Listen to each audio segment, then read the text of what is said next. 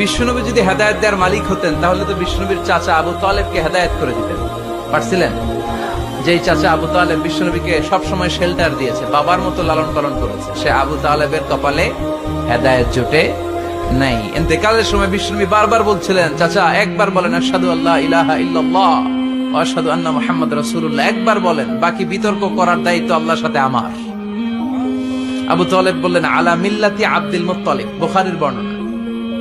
উনি বললেন আমি আব্দুল মুত্তালিবের শিরকি ধর্মের উপর আমার জীবন ত্যাগ করে শেষ নিঃশ্বাসটা ত্যাগ করলাম।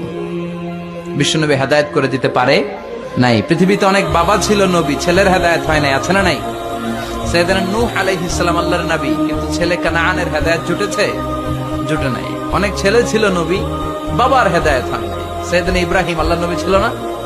কথা বলেন, কিন্তু বাবার হেদায়েত হয়েছে? হয় নাই। অনেক স্বামী ছিল নবী,